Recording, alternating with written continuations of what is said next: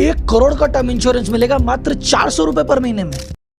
दोस्तों आजकल YouTube या फिर बाकी सोशल प्लेटफॉर्म पर सब लोग बोल रहे हैं कि इंश्योरेंस ले लो, इंश्योरेंस ले लो। तो दोस्तों चलो मान लेते हैं कि आपने उनकी बात मानकर इंश्योरेंस ले लिया और आपने सालों तक जो है उसका टाइम पर प्रीमियम भरा। फिर एक दिन इमरजेंसी आई, हॉस्पिटल का बिल लाखों में चला गया और आपने सोचा कोई बात नहीं, इंश्योरेंस है अपने पास। लेकिन जब क्लेम फाइल किया तो इंश्योरेंस कंपनी का जवाब आया कि क्लेम रिजेक्टेड, और रीजन लिखा हुआ होता है कि पॉलिसी टर्म एंड कंडीशन। और दोस्तों सबसे पेनफुल बात क्या होती है आपको पता है? इंश्योरेंस लेने के बाद भी आपको अकेले फील करना पड़ता है, आपको यहाँ पर जो है क्लेम रिजेक्शन मिल जाता है। तो दोस्तों इसीलिए आज की इस वीडियो में मैं आपको बिना घुमाए फिराए ये सच बताऊंगा कि इंश्योरेंस होने के बाद भी जो है आपका क्लेम रिजेक्ट क्यों होता है, रियल रीजन के साथ, और वो भी रियल एग्जांपल के साथ। तो दोस्तों इसीलिए वीडियो को एंड तक जरूर देखना, क्योंकि एंड में मैं आपको बताऊंगा वो 3 चीजें जिससे आपका क्लेम ऑलमोस्ट 99% तक जो है सेफ हो जाता है। तो नमस्कार दोस्तों, स्वागत है आपका हमारे फिन स्कूल यूट्यूब चैनल पर, जहां हम फाइनेंस और इंश्योरेंस को एड्स के एंगल से नहीं बल्कि ग्राउंड रियलिटी के एंगल से समझाते हैं। अगर आपके पास हेल्थ इंश्योरेंस, लाइफ इंश्योरेंस या फिर किसी भी टाइप का कोई भी पॉलिसी है तो ये वीडियो आपके लिए बहुत ही ज्यादा इंपॉर्टेंट है। तो दोस्तों चलिए वीडियो स्टार्ट करते हैं। तो दोस्तों सबसे पहले रीजन जान लेते हैं कि आखिर में आपका जो क्लेम है वो रिजेक्ट क्यों हो जाता है। तो दोस्तों इसका सबसे पहला रीजन है नॉन डिस्क्लोजर, और ये सबसे बड़ा रीजन है। मतलब कि पॉलिसी लेते वक्त आपने अपनी पूरी हेल्थ इंफॉर्मेशन कंपनी को नहीं बताई है, जैसे कि पहले से बीपी है,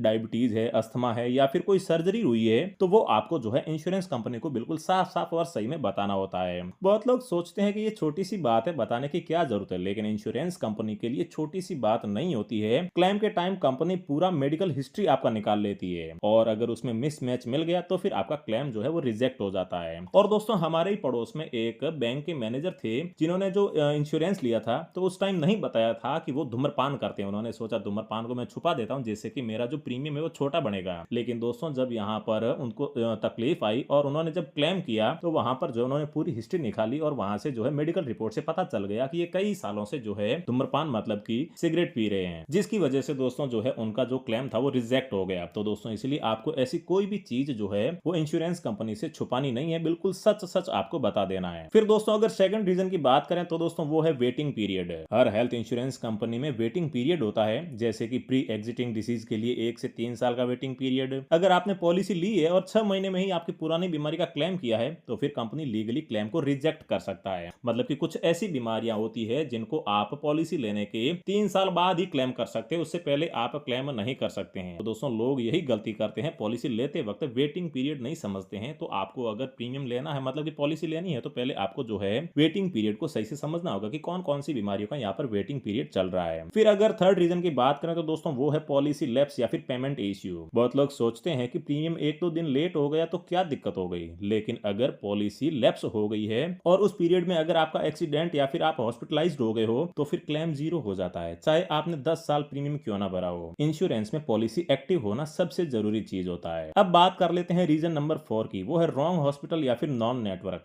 तो दोस्तों हेल्थ इंश्योरेंस में जो है नेटवर्क हॉस्पिटल का कॉन्सेप्ट होता है। अगर आप नॉन नेटवर्क हॉस्पिटल में कैशलेस क्लेम करने गए तो फिर प्रॉब्लम हो सकती है। कैशलेस मिलना जरूरी नहीं है और रीइंबर्समेंट में भी जो है डॉक्यूमेंट ज्यादा लगते हैं, मतलब कि गलत पेपर वर्क और आपका क्लेम रिजेक्ट है। इसलिए पॉलिसी लेते समय उस इंश्योरेंस कंपनी का जो है नेटवर्क भी आपको सही से चेक करना होता है। फिर 5वां रीजन है डॉक्यूमेंट मिस्टेक। इंश्योरेंस क्लेम में डॉक्यूमेंट बहुत ही इंपॉर्टेंट होते हैं, जैसे कि discharge summary, final bill, doctor prescription, साथ ही में इन्वेस्टिगेशन रिपोर्ट्स।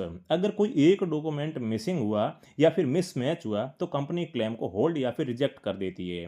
ये रिजेक्शन नहीं बल्कि सिस्टम बेस्ड प्रोसेस होता है। तो दोस्तों इसीलिए आपको यहाँ पर जो है डॉक्यूमेंट्स की भी अच्छी खासी नॉलेज रखनी है। फिर नेक्स्ट रीजन आता है सब लिमिट या फिर कोपे। बहुत लोग उस समय शॉक में आ जाते हैं जब कंपनी बोलती है कि फुल बिल कवर्ड नहीं होगा। रीजन होता है सब लिमिट या फिर कोपे, जैसे रूम रेंट लिमिट, डॉक्टर फी limit, ICU charge limit.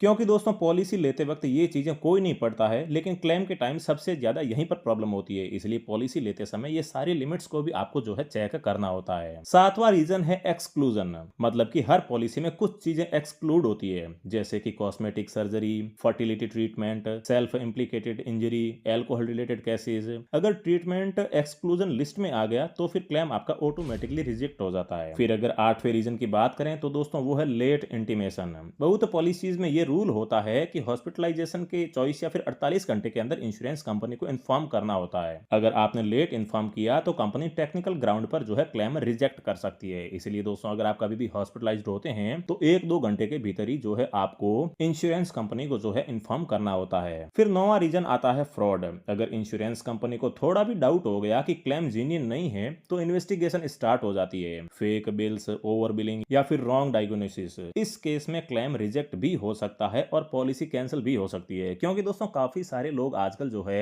Insurance करवाकर फ्रॉड कर रहे हैं, तो उन्हीं फ्रॉड से बचने के लिए ये कंपनियां ऐसे करती है। फिर जो 10वां रीजन है ये दोस्तों लाइफ इंश्योरेंस क्लेम के केस में आता है। तो दोस्तों लाइफ इंश्योरेंस में सबसे कॉमन रिजेक्शन होता है अर्ली डेथ केस। जैसे पॉलिसी लेने के पहले 2-3 साल में डेथ हो गई तो कंपनी चेक करती है कि कॉज ऑफ डेथ क्या है, मतलब कि मौत किस वजह से हुई है, मेडिकल हिस्ट्री क्या है और साथ में प्रपोजल फॉर्म क्या है। यही नॉन डिस्क्लोजर पकड़ा जाता है जिसकी वजह से जो है आपका क्लेम अटक जाता है। इसलिए जब भी आप लाइफ इंश्योरेंस लें तो अपनी पूरी की पूरी जो मेडिकल हिस्ट्री है वो आपको सही से वहां पर बतानी होती है। फिर दोस्तों आते हैं सबसे बड़ी गलती की। तो दोस्तों लोग पॉलिसी लेते वक्त एजेंट पर ब्लाइंडली ट्रस्ट कर लेते हैं। एजेंट बोल देता है कि सर सब कुछ कवर हो जाएगा, लेकिन जब क्लेम रिजेक्ट होता है तो एजेंट वहां से गायब हो जाता है या फिर वहां मिलता ही नहीं है। इसलिए दोस्तों पॉलिसी डॉक्यूमेंट ही सबसे बड़ा सच होता है। इसलिए दोस्तों पॉलिसी लेते वक्त कभी भी एजेंट पर जो है ब्लाइंडली बिलीव ना करके सारे डॉक्यूमेंट्स या फिर सारी शर्तें, रूल्स को आप सही से समझेंगे तभी आपका जो है यहाँ पर क्लेम रिजेक्ट नहीं होगा। फिर दोस्तों ये तो रीजन हो गए क्लेम के रिजेक्ट होने के। तो दोस्तों अब क्लेम सेफ करने के 3 गोल्डन रूल कौन कौन से वो भी जान लेते हैं। तो दोस्तों रूल नंबर फर्स्ट है पॉलिसी लेते वक्त 100% सच बोलो। मतलब कि अगर आपको कोई बीमारी है तो वो भी आप बताओ, उसे छुपाओ मत। अगर आप कोई नशा करते हैं तो वो भी आपको बताना है, वो भी छुपाना नहीं है। अगर ये बातों का ध्यान रखेंगे तो आपका क्लेम रिजेक्ट नहीं होगा।